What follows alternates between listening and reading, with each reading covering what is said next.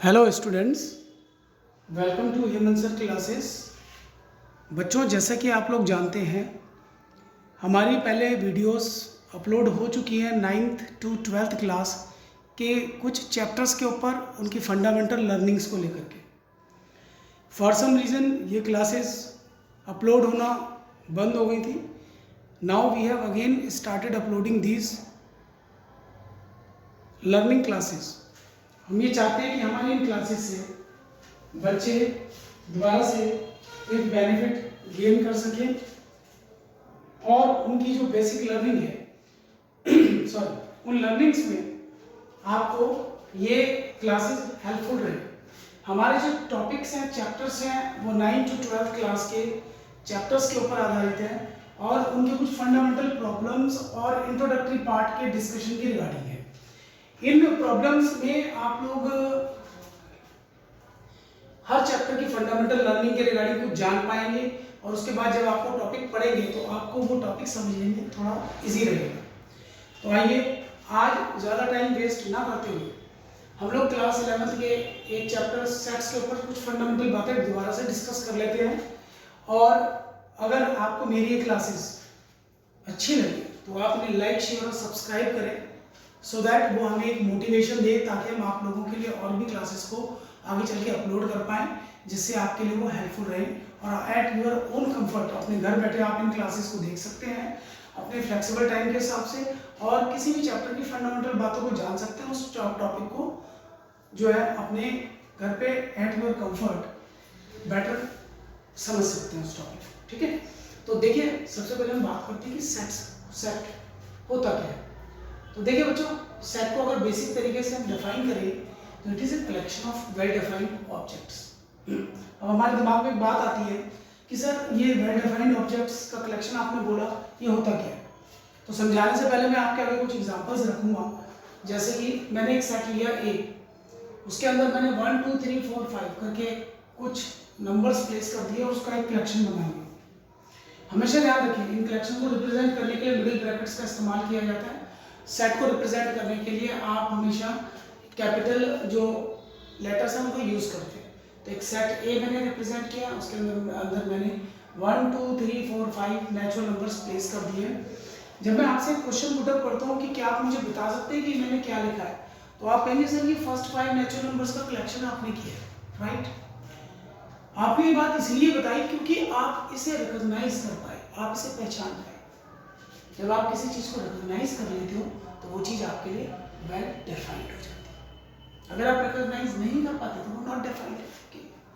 एक एग्जांपल मैं और आपको दूंगा, जैसे कि ये सेट बी है और इसमें मैंने इंग्लिश के कुछ लेटर्स प्लेस कर दिए। मैं आपसे again I put up a question कि ये लेटर्स क्या है, तो आप कहेंगे सर ये इंग्लिश के वोवेल लेटर्स। अगेन आपने इसको रिकॉग्नाइज किया। कोई भी लिखी हुई चीज जिसका भी कलेक्शन लिखा जाता है, अगर आप उसको रिकॉग्नाइज कर जाते हैं तो वो well defined collection of objects, right. तो इसी को सेट कहते हैं collection of well defined objects, right. अब बात आती है कि अपने सेट्स जो उसको रिप्रेजेंट करने के लिए हम किस टाइप से उसको रिप्रेजेंट कर सकते हैं। तो देखिए, उसे आप दो तरीके से रिप्रेजेंट कर सकते हैं। एक तो होती है उसकी रोस्टर फॉर्म, दूसरी होती है उसकी सेट बिल्डर फॉर्म। ये जो एग्जांपल मैंने अभी आपके सामने दिखाया है, ये सेट की रोस्टर फॉर्म को रिप्रेजेंट करता है। इस तरीके से एलिमेंट्स को लिख देना, कोमा से सेपरेट कर देना, आपके सेट की रोस्टर फॉर्म को रिप्रेजेंट करता है। ऑलवेज रिमेंबर, सेट को कभी भी स्मॉल ब्रैकेट या कैपिटल ब्रैकेट से रिप्रेजेंट नहीं किया जाता। इन स्मॉल ब्रैकेट और कैपिटल ब्रैकेट से ओनली आप इंटरवल्स को रिप्रेजेंट करते हैं। सेट को हमेशा मिडिल ब्रैकेट यानी ब्रेसेस से रिप्रेजेंट किया। तो जो फॉर्म मैंने आपके आगे लिखी है, this form is known as roster form of the set, right. और दूसरी जो फॉर्म है उसे आप सेट बिल्डर फॉर्म कहते हैं। देखिए, इस बात को मैं इस तरीके से आपको बताता हूं कि आप मान लीजिए किसी बैंक जाते हैं, वहां बैंक में आपने कोई चेक फिलअप करना है, उसमें 3000 का अमाउंट आपने लिखना है। तो एक आपका स्पेस बना था जहां आप न्यूमेरिक तरीके से 3000 लिखते हैं। ये जो 3000 आपने न्यूमेरिक तरीके से लिखा, ये सेट की रोस्टर फॉर्म है। लेकिन अगर इसी को आप लैंग्वेज को बिल्डअप करके लिखेंगे 3000 इस तरीके से, तो इसे बिल्डर फॉर्म कहा जाता है। और सेट के अंदर जब इन दोनों फॉर्म्स को रिप्रेजेंट किया जाता है तो ये आपकी रोस्टर फॉर्म है और ये सेट बिल्डर फॉर्म कहलाती है। ये दोनों बातें एक ही चीज को इंडिकेट करती हैं, लेकिन उनको एक्सप्रेस करने का जो तरीका है हमारा वो अलग है, राइट। आई होप यहाँ तक की बात आपको समझ आई हो। मैं कुछ और भी एग्जांपल आपके आगे देता हूँ। मैंने एक सी सेट लिया, उसके अंदर मैं कुछ लिखता हूँ, जैसे 2 3 5 7 11 13। मैं आपसे क्वेश्चन पूछता हूँ कि ये जो एलिमेंट्स मैंने लिखे हैं क्या आप इन्हें रिकॉग्नाइज कर सकते हैं? तो अगर आपने कहा हाँ जी सर, ये हमारे प्राइम नंबर्स हैं, क्योंकि आपने इसे रिकॉग्नाइज किया इसलिए ये वेल डिफाइंड है, क्योंकि आपने इसका कलेक्शन किया। It is a collection of well defined objects, right.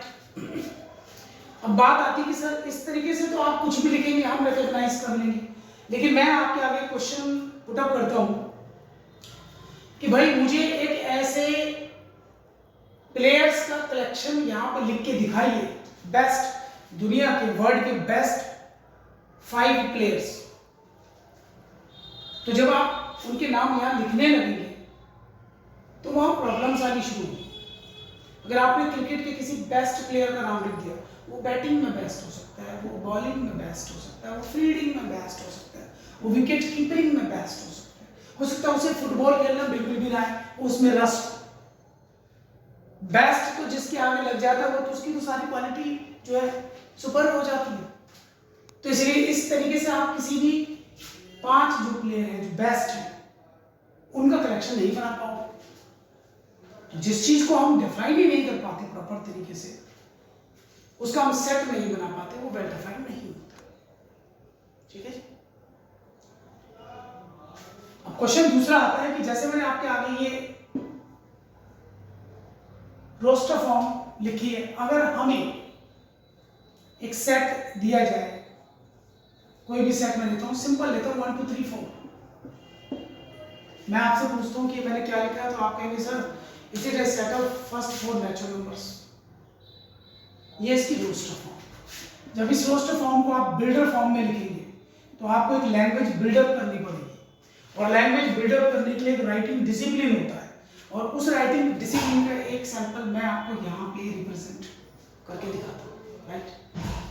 देखिए, एक आपने लेटर लिखा है x, कॉलम लगा दी, और आप इसे कहेंगे d। d is a set of element x। कैसे पढ़ेंगे? How do you read it? How do you read it? d is a set of element x। अब x की क्वालिटी आप लिखिए, x is a natural number. x is a natural number less than 5। x is a natural number less than 5। x एक natural number है जो कि 5 से कम है। तो देखिए, जो पहले आपने लिखा है this is the roster form, दूसरा आपने लिखा this is the set builder form. एक और सैंपल एग्जांपल देखिए, 2 4 6 8 10। ऑब्वियसली आप इसे देखेंगे, रिकॉग्नाइज करेंगे, कहेंगे सर ये तो इवन नेचुरल नंबर लिखे आपने फ्रॉम 2 to 10। इसकी आप सेट बिल्डर फॉर्म लिखने जाएंगे, अगेन मैंने लिखने का जो राइटिंग डिसिप्लिन कायदा आपको बताया, वो कायदा यहाँ पर सेम है। उस कायदे में आपने एक सेट बनाना है, उसमें एक एलिमेंट x लिख रहे हैं। कैसे इसे पढ़ेंगे आप पढ़ेंगे it is a set of element x। अब x क्या है जी? देखिए, x is equal to 2n लिख दिया, 2 का मल्टीपल बना दिया मैंने, where small n belongs to, ये बिलोंग्स टू का साइन होता है कैपिटल N। कैपिटल N मतलब नेचुरल नंबर के सेट के अंदर ये एलिमेंट n आता है, और x जो है इस n का 2 का मल्टीपल है। जो 2 का मल्टीपल हो वो इवन नंबर हो। अब ये कहां से कहां तक है? x की वैल्यू जो है 1 2 3 4 5। इसे एक पोर्टेबल लैंग्वेज आप कह सकते हैं। 1 2 3 4 5। It is a set of element x, और x क्या है? x is a multiple of 2. What is this n? n belongs to set of natural number. Capital N set of natural numbers को represent करता है by default. तो जब आप small n belongs to capital N करते हो तो इसका मतलब स्मॉल n एक नेचुरल नंबर है। अब यहाँ आपने एक रेस्ट्रिक्शन प्लेस कर दिया कि स्मॉल n की वैल्यू कहाँ से कहाँ तक है। आपने कहा जी 1 2 3 4 5, क्योंकि 5 मल्टीपल है। दोनों ही सेट बिल्डर फॉर्म्स थी। यहाँ जो फॉर्म है थोड़ी सी पोर्टेबल हो जाती है, यहाँ एक थोड़ी प्रॉपर लैंग्वेज आपने बिल्डअप की, और इस तरीके से आप किसी भी सेट को उसकी roster form as well as set builder form में रिप्रेजेंट कर सकते हैं। एक छोटा सा सैंपल एग्जांपल था जो आपके समझने के लिए मैंने यहाँ प्रेजेंट किया। आज हेमंत सेमवाल क्लासेस के अंदर हम लोग बच्चे अपनी इस क्लास में इतना ही रखेंगे। आप अपनी NCERT से कुछ और इलस्ट्रेशन और एग्जाम्पल्स लेके उनकी प्रैक्टिस करें, अपने टीचर के साथ अपने डाउट्स को डिस्कस करें, एंड आई होप कि ये आपके लिए हेल्पफुल रहेगी। जल्दी ही अपनी दूसरी क्लासेस में मिलते हैं। Till then bye.